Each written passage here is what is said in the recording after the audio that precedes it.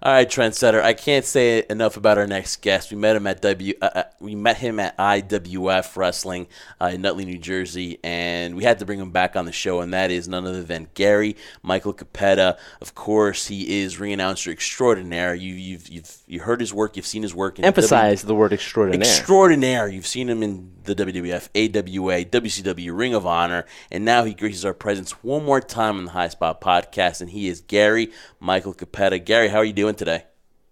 You know, you guys annoyed me enough the first time. I can't believe I'm back. I love punishment, I guess. Yeah, I like to say the feeling's mutual too, Gary. But it's good to talk to you guys again. Yeah, you know what the funny thing is, Gary, and this is what's crazy, is that I was watching the network, right? And, of course, I wish it was for other reasons, because we wanted to pay tribute to Vader. And what happened is we put on the network, and they had like a bunch of his best matches, and one of them was WCW Starrcade '92, him and Sting, and then who happens to be the ring announcer for that match?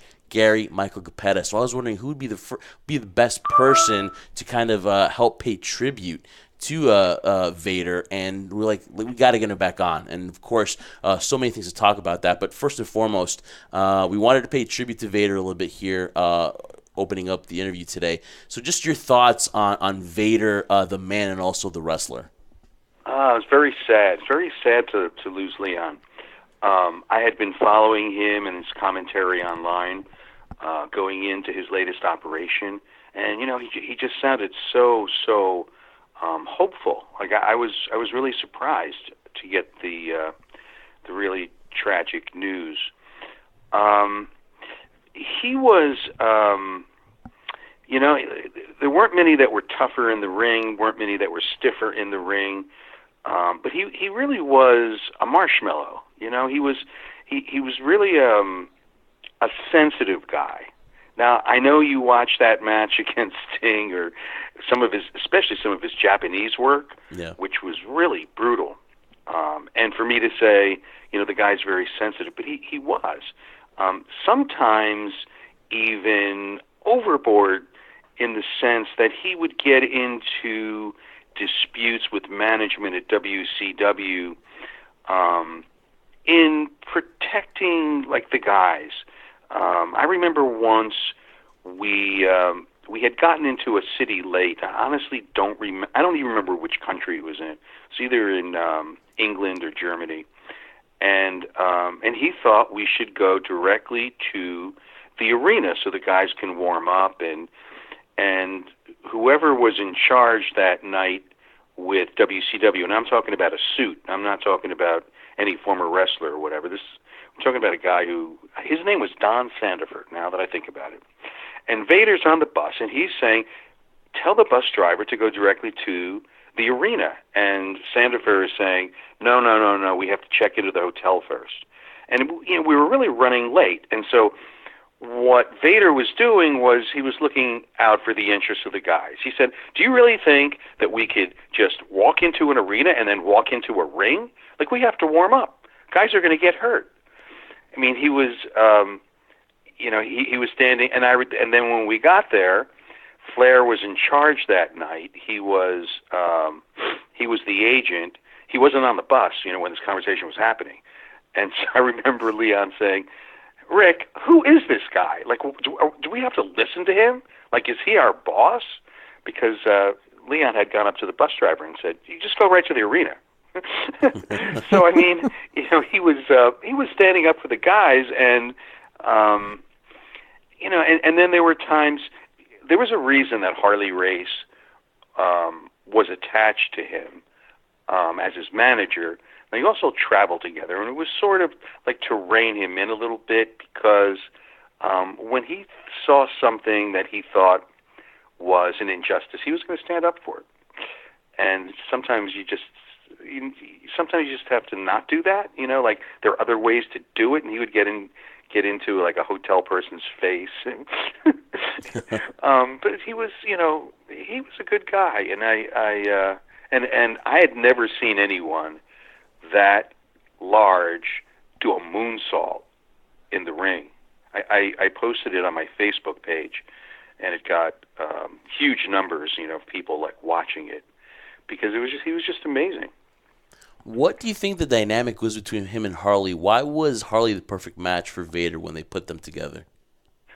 Well, because Harley was a bit of an outlaw himself, and with age he kind of mellowed a bit, and he was also very trusted, with management.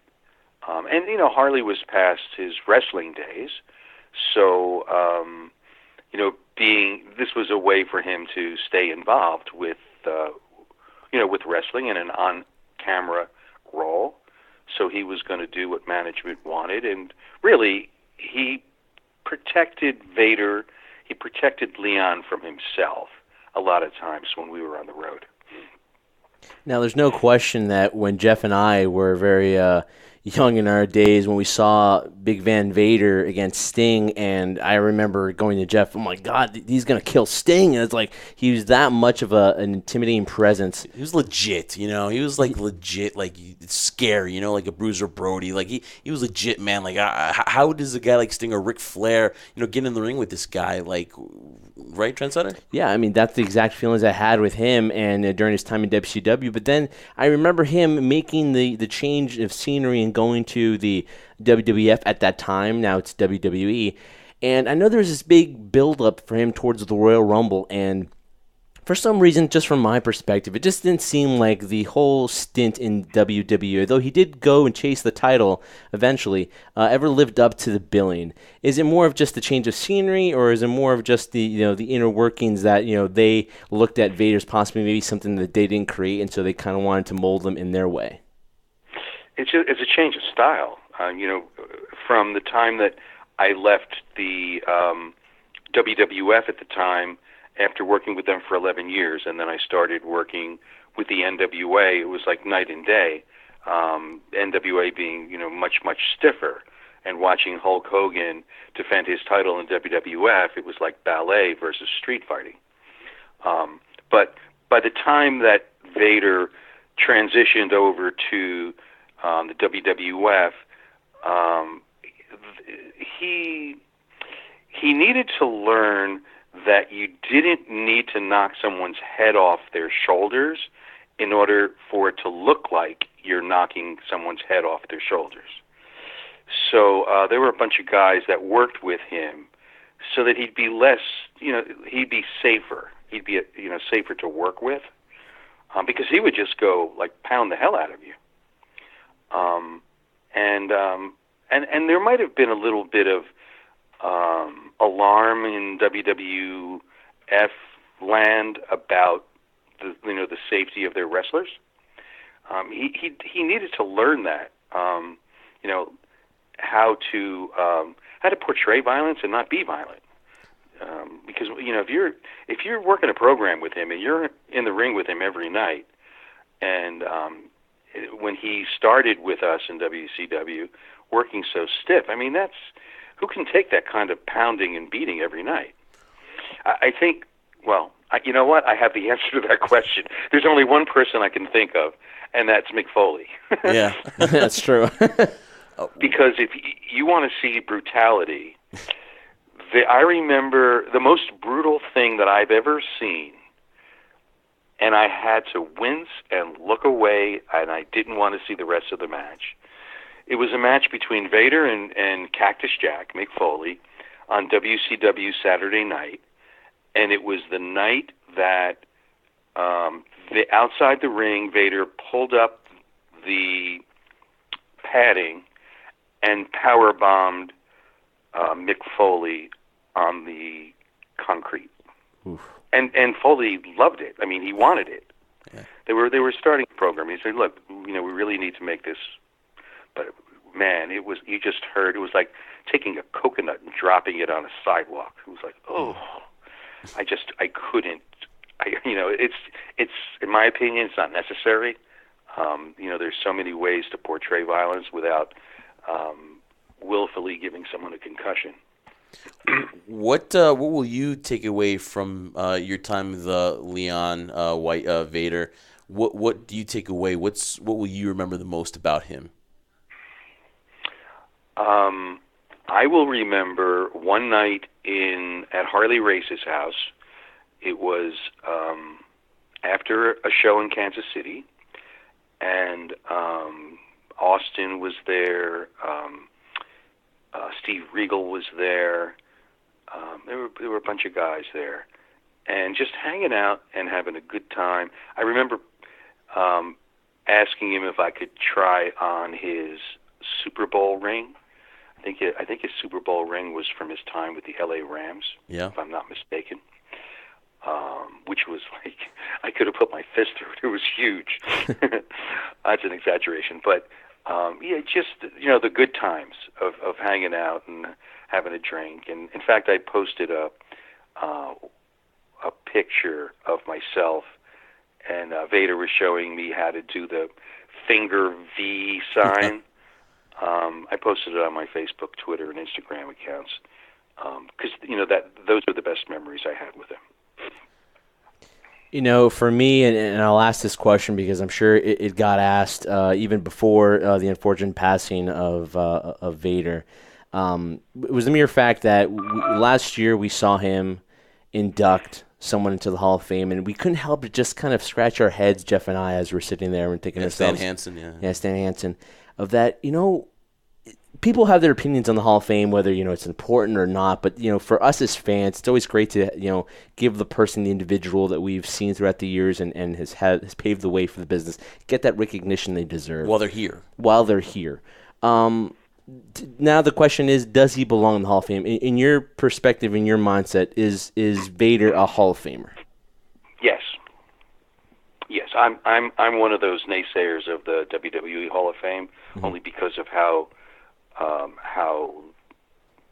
the people are who are inducted are, how that's decided. It's a board meeting. But yes, I mean, anyone that wants to recognize important figures throughout wrestling, yes, Vader should be there. I mean, the contributions he made to the business are amazing. Remember, IWGP heavyweight champion as well, too, back in New Japan as well, WCW champion, world champion as well. Had his run in WWF. Whether it was successful to many people's eyes, you don't know, but he was there. So obviously, he is also one of the best big men to ever grace the wrestling ring now. So now we move on, Gary, to Beyond Bodyslams, your one-man show. Listen, you've got one coming up July the 6th in Baltimore. We actually just came back from Baltimore for Best in the World for Ring of Honor, and we got to see that. Oh, did you have a good time? Oh, it was good awesome. Show? Beautiful, great city, too. I mean, we hadn't been there in few years, and just to see the harbor and just look at just the way the whole downtown is revitalized. It's great to see in Baltimore. So just talk about that. You have July 6th Baltimore, August the 5th in Scranton, and of course the one we're looking forward to is a Boardwalk Beatdown that weekend, August 25th in Atlantic City. We will be there. We're definitely going to catch your show there. But talk about the success and how's everything going with your one-man stage show? Everything's really good. To tie in Ring of Honor with my stage show, I sent them down a pack of passes, and I'm hoping for some of the Ring of Honor guys to show up at my show Friday night in Baltimore, because they've got their training center now, headquartered in Baltimore. So, I have a really good time with it. It's a 2-hour show. It's a set piece, so I know exactly, the topics that I'm going to hit, and it's followed by a Q&A, so that I'll hit whatever topics that the audience wants me to comment about. Starting in Baltimore and then going on to Scranton. Let's see, where are we going? We're going to Scranton, Atlantic City, Pittsburgh, Chicago, and Winston-Salem, North Carolina. It's WrestleCade. They're new shows because a lot of these cities I'm going back to. So within the last year and a half to 2 years, I've been to Baltimore before with a show, Pittsburgh, Chicago, Philly, Greensboro, etc. So therefore, going back to the same cities, I'm bringing a brand new show, telling all new stories. For instance, In the first show, I paid tribute to Gorilla Monsoon, and in the second show that's coming up, I'm going to be paying tribute to Bruno Sammartino. And I start with the old school, and then I go take you into the NWA, WCW, and a little Ring of Honor. I'm also going to be focusing on road stories, starting in Baltimore on Friday. Two in particular, I'm going to be talking about my week on the road with The Undertaker, before he was The Undertaker, and also with Steve Austin. Which was a fun night in Texas. So it's storytelling. I know where I need to wind up with each story, but how I get there is different. And what makes it unique is, as I'm telling you the story, you're looking at giant screen video, and that supports my story. So if I'm talking about the night Mick Foley lost his ear in Munich, Germany, you're watching it on the screen. It was not a televised event, but there was a fan there with his camcorder, and you watch his ear fall off, and you watch the referee give me his ear. So that's all public knowledge, but what people don't know is what led up to that match. He didn't have a perfect ear, and then it just got lopped off that night. Yeah. There was a progression. And then what happened when I took the ear backstage, and Ric Flair was in charge that night. He was the agent, and I said to him, Rick, I've got Cactus's ear in my hand. So, when you come to the show, you learn what happened and what Sting said about, it was just, I'm adding to the story, which is why it's called Beyond Bodyslams. So some of these core stories are in my book, Bodyslams, but at the stage show, I go beyond that and tell you more. And then if you have questions, you can fire away at me, and I'll fill in the blanks. What do you think?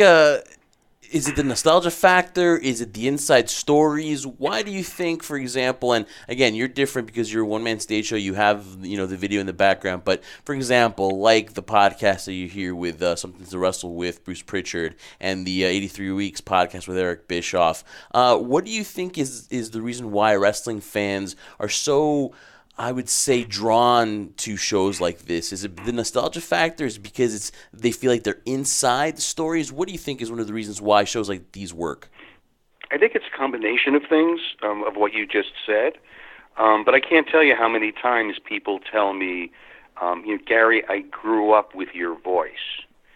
So it's, when you, because some of the people that come to my show are not still wrestling fans. So they just remember their experiences growing up. Anything that you can think of. Let's say if in the summers your family used to take a trip somewhere. You hold those near and dear because it's a family experience. So when your parents or your dad or your grandfather would watch wrestling with you in front of the TV or brought you to the show, those are memories that you hold close. And if you're a personality, if you're a voice, if you're a wrestler that made those memories for you, then people want to relive them. And I think that my first show, I would ask people, one of the first things I would do when I got on stage, I wanted to know what brought you to pro wrestling. Like, how did you become a fan? And 9 times out of 10, it was always a grandfather or a parent or an uncle or an older brother or a friend at school that introduced them to wrestling. And, and so there's that close emotional attachment with that activity in your youth. And I think that really is for me and my audiences, I think that's what keeps them connected. It's just, and then as you get older and you have all of these pressures and situations and responsibilities, you just want to take 2 hours and come to the show and watch and listen and participate and, back to a kinder kind of time of your life. A kinder, and I would believe, at least for us that would go to those shows, a simpler time. Things weren't as complicated as they are nowadays, where everybody wants to be on the inside. They want to know what's happening behind the curtain rather than just enjoying the show. People are their own bookers in their own minds. Oh, they can do this, they can do that. But Gary, what I wanted to ask you was, you talked about how it takes people on an emotional roller coaster because it takes them back to moments that meant a lot to them. And when people come up to you and say, I lived and grew up on your voice, when you tell these stories, how much emotional connection is it for you? Say, for example, you're talking about Gorilla Monsoon, or you might share a story about Leon now. How emotional is it for you? Is it draining to an extent when you tell these stories with certain people that unfortunately no longer with us? Absolutely. I have to tell you, I've cried on stage. I mean, when I talked about Gorilla Monsoon, if it wasn't for Gorilla Monsoon, I would not have had a 40-year career broadcasting wrestling. It just wouldn't have happened. Bruno Sammartino, who I'll be talking about with my upcoming shows, as a little boy, he's the one that drew me into wrestling, not because of his wrestling, but because of his interviews and how sincere he was. And I have footage from the 70s of him and into the 80s of him talking to the fans about how important it is to come out and support him. And then years later, to become friends with Bruno, to become friends with your hero, man, I've been blessed. I've been blessed. And for that hero, after you get to know him, to become even greater than what you imagined, I mean, it's special. So I get very emotional at times. I also pay tribute to independent wrestling and the struggles that young men and women make in order to succeed, and I can get real weepy about that too. Yeah, it is emotional. We have a lot of fun. I mean, people are going to find out why I'm the world's most dangerous announcer. Oh, I love that. I love that. So there's the other side of it. Yeah. There's the other side of it, of course. You're right. You framed it perfectly when you said it's an emotional roller coaster ride. It's exactly what it is. Yeah, exactly. And you're gonna go, up the hill, the ramp with the emotion. Then you're gonna, you might go down with some sadness, but then you're gonna go back up and you're gonna laugh, and you're gonna realize about the great stories and the great people in this business. Like the night that I had to introduce a wrestling bear, a grizzly bear. Now that's really absurd. But we're going to see footage of Victor the wrestling bear in this upcoming show. Is it anything like Bernard the business bear for Ring of Honor? I've not met him. Oh, okay. Does Bernard wear a muzzle? Because I will not go anywhere near a bear without a muzzle. He's a little bit more tamed, I believe. Cody says, just don't agitate him, but he's all business. That's what Cody says. He's all business. He doesn't dance, he doesn't sing, he's just all business. So he wants to make a name for himself at my expense, I know. You were talking about the struggles of independent wrestling, but going to IWF and also going to Ring of Honor and going to some places here in North Jersey too. There's some great wrestling around here, and you talk about, for example, the success that Cody, the Young Bucks, Kenny Omega, just the scene of independent wrestling now, where it's more popular. It's not like I'm an independent wrestler. You say I'm an indie wrestler, and you say it with pride, right? Sometimes people kind of like it's like a shunned word or something like that. Talk about how independent wrestling, the boom of it, and how much you're seeing that it's just gone from one place to like a much higher plateau now. I think it's thrilling. There's no doubt that today's wrestlers are so much more athletic than the past. I'm not an old guy that says, "Oh, everything in the past was great, and today, it can't match up to it." No, that's absolutely not true. There was a lot of great wrestling back then, and there was a lot of schmaltz. Just check out your Memphis wrestling. Mm-hmm. But that's what people loved. I'm not saying that to put it down. I'm just saying it existed. The only issue that I ever have with today's wrestling is I think everybody needs to understand that pro wrestling is a tradition. And when you're involved in any way, but especially the wrestlers, you are being lent a time period to contribute to this tradition. And I do get annoyed when people crap on it, when people don't treat pro wrestling and the fans with respect. So there are certain things that I believe should not be part of what goes on in the ring that's called pro wrestling, even though it may be entertaining to some. I'll just give you, like, my general principle is everything should be logical.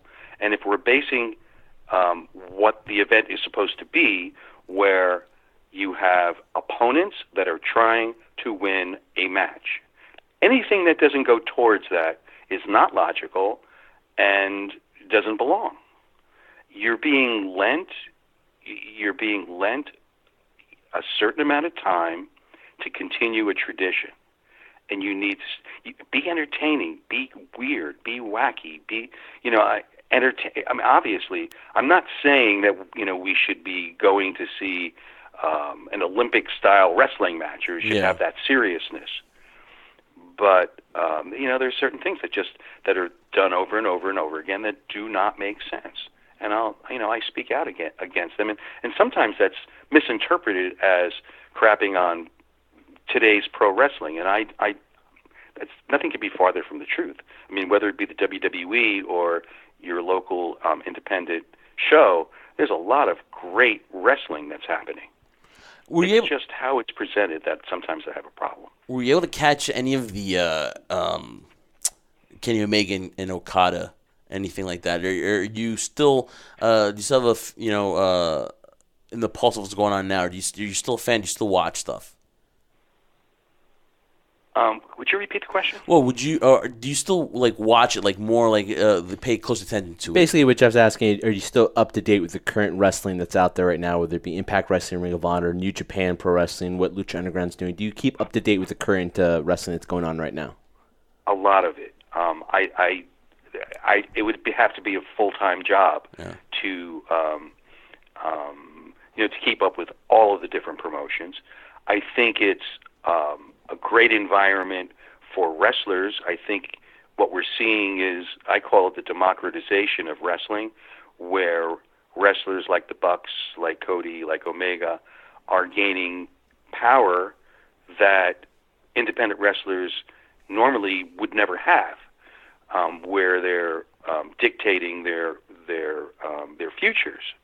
I think the closest from the old days that I would compare it to, and there were only 3 people that I can think of that full-time did it, was Hansen, Brody, and Abdullah.